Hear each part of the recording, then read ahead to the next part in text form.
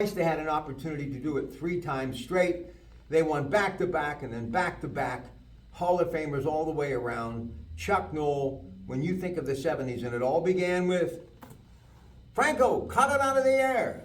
That was some kind of decade, was it not? I was just so blessed to be able to grow up in this area, see this happen. I mean, we don't realize how much it's part of who we are. It is just absolutely part of who we are. So Noll, 1969, takes Mean Joe Green, and then Bradshaw comes in the following year. Talk about 2 players that changed the game on both sides of the football. You know, there's many people in the draft at that time, not as many franchises, but still, to be able to bring so many Hall of Famers in, and I don't know what class it was, you know more than I do about the history of 74. all of that. 74 draft, yeah. It, for Steeler fans, you know, I think the one thing that I want to say is this. You look at the Steelers of that age, of that decade, I mean, it was a dynasty. We were just absolutely enamored with this word dynasty. Everybody's trying to put this term on you know, a team or an organization that can do that, reach the pinnacle consecutive years, and it's getting harder and harder to do. Like, you know, something's going to happen. I mean, it really is. It's going to happen on this Super Bowl Sunday. I mean, you got the Eagles, and I'm going to say this. I just, the job that Nick Sirianni has done is just, And he doesn't get enough credit. No, he doesn't. He doesn't. Been there twice. And then you know, the other guy he may be the greatest. Andy Reid's the greatest. Chuck Noll is seldom put in those categories with guys like you know, Andy Reid, and with guys like Belichick, and with guys like, you know, Because he wasn't Bill flashy, Walsh. but he should have been, and he should always be considered in the upper echelon. Yeah, and it's this thing that really, to me, and when I think about the Steelers, I think about Chuck Noll and the lack of respect that he gets in the NFL. He just, to me, he typifies what manhood really is about. Not that these other guys didn't, but Chuck Noll Played for Paul Brown, man. and he played for Paul Brown. He taught his players more than just football. Any guy that ever played for Chuck Noll will tell you about what Chuck Noll meant to them as a person.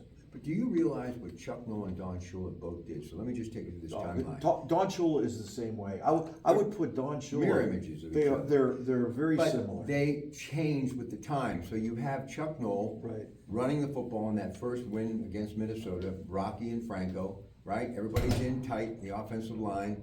And then all of a sudden you get this guy Bradshaw, and then you pick up in that 74 draft, Lynn Swann, Stallworth comes in, you're throwing the football. So you have to go deep with the football. And they're from that era of, you know, they surely had Norm Van Brocklin for a few years who could throw the ball, but it was about ground and pound, right?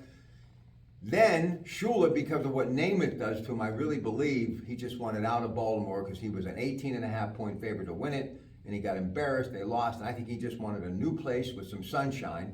He goes to Florida, Zonka and kick, run, and then all of a sudden, Marino comes in. And he's got to throw to Duper and Clayton, and he did that. Those guys knew it was about whatever had to get done to win in whatever era, they did what they had to do. The truth is, you know, we're sitting here talking about Coach Noll, Paul Brown, George Alice. These guys built the NFL. Whose daughter just passed away at 103. God rest your soul. She was an amazing individual. These guys don't get enough of it. I mean, Lombardi gets his. I mean, they named a trophy after him. But when you start looking at these coaches that have been part of dynasties, and I often think of, like, George Seifert was just on the cusp of becoming something like that. He Great really coach. was. And Bill Walsh. Bill Walsh. You know, Bill Walsh was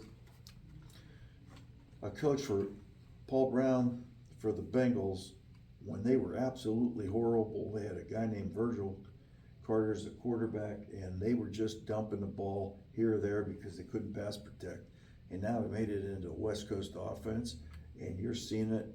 You're going to see it Sunday night on both sides. I mean, Bill Walsh gets credited with being the guy that put that together, but Paul Brown invented I came up with so many different things.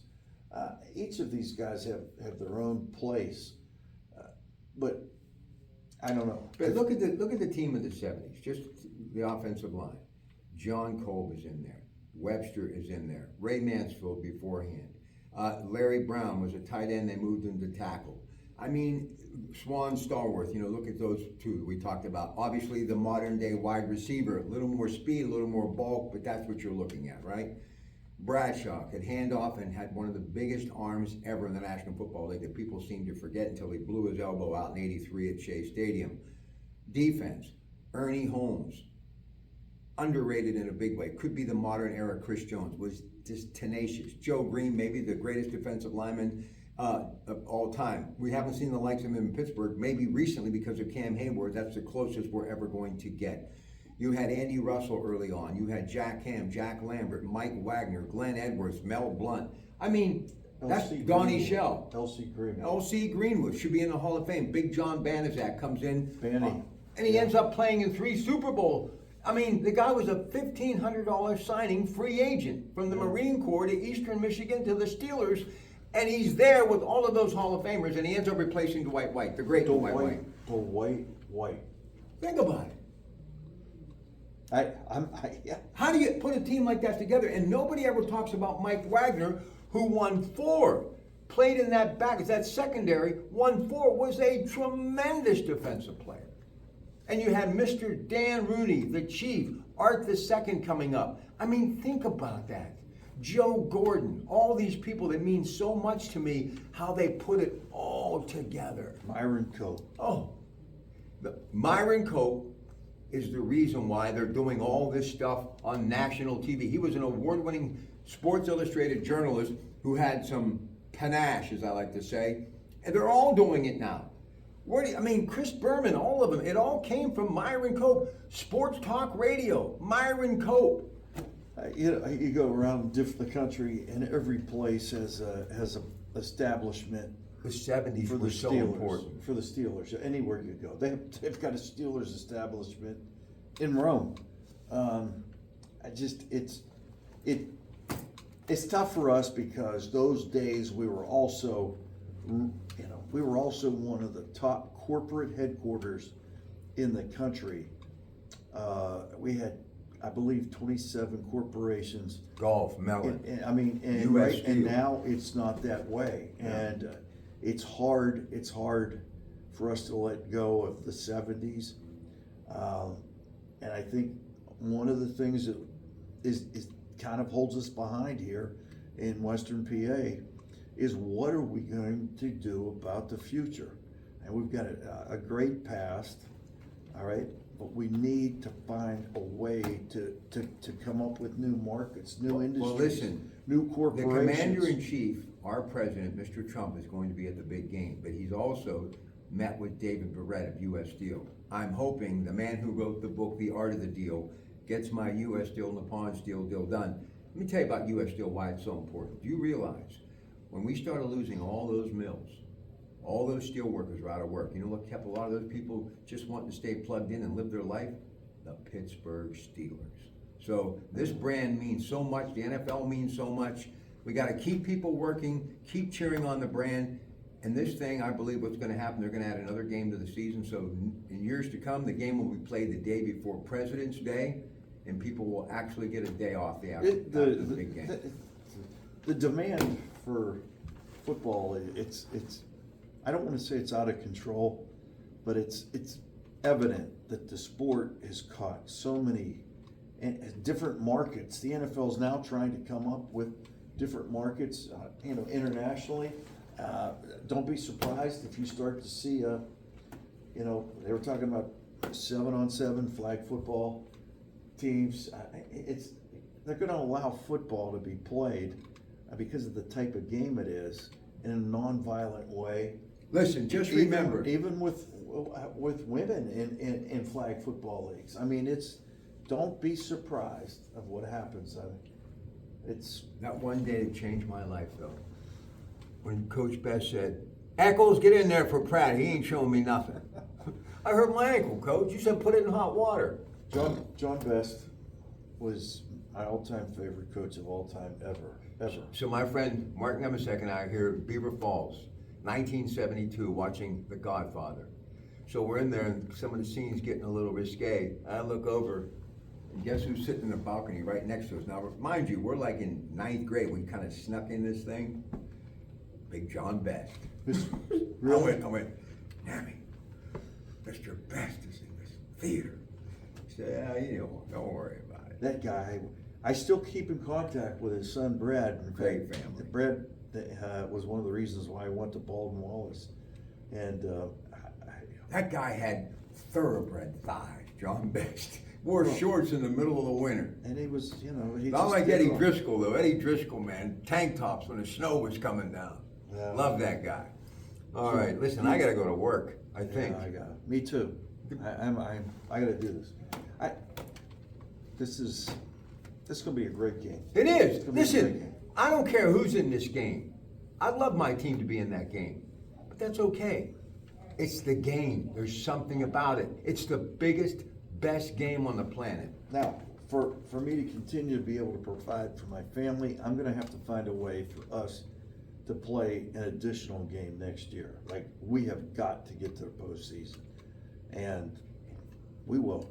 But just think, when you least expect it, it's like the guy who was watching, I think it was Dick Schaap, the great sports journalist, could be wrong, Joe Namath for the first time. He said every time he released the ball, he heard whoosh, whoosh.